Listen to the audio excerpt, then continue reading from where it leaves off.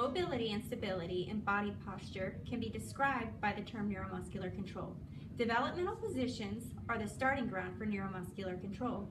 Two key things to remember are tasks should mirror the function and weight bearing will create a demand. We will now look at exercise in each of the developmental positions.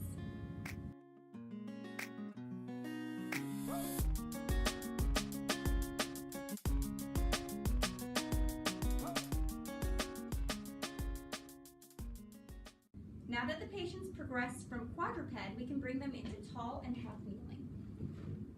We will take the Swiss ball and begin the patient to be upright. I'm using tactile and verbal cues to cue for trunk stabilization and glute activation. So squeeze tight, stay upright. Okay, now that the patient is stable with the Swiss ball, we can begin to remove the upper extremity support. First, we'll remove one hand away. Once the patient is stable in this position, we'll remove both hands. Now the patient is able to work on more dynamic activities from this. While in tall kneeling, we can also stretch the patient's lateral trunk. Now, let's move on to pre-gait activities.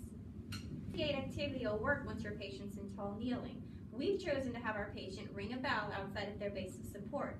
The bell will allow for external feedback. While the patient's ringing the bell, it'll allow their leg to become unweighted, moving into a passive swing phase. Ring the bell.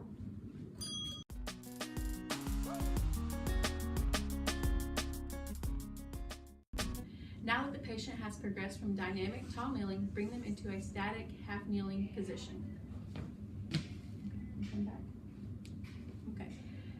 This transition can be an exercise for weight shift. Remember to cue patient for controlled motion and quiet movements. If the patient is unable to complete this transition, you can have somebody else assist with the weight shift by pulling them, or you can have them reach outside their base of support. Now patient is ready to progress to a more dynamic half kneeling stance. We've chosen to do this by placing their weaker lower extremity on a Bosu ball. Here they will receive more proprioception, and because this is a non-compliant surface, it will increase their balance reactions due to demand on their vestibular system. A progression from here would be to have the patient close their eyes. Remember that in this position we are also placing a demand on glute med and trunk stabilization. Both are key for a patient to remain in this stance. Go ahead.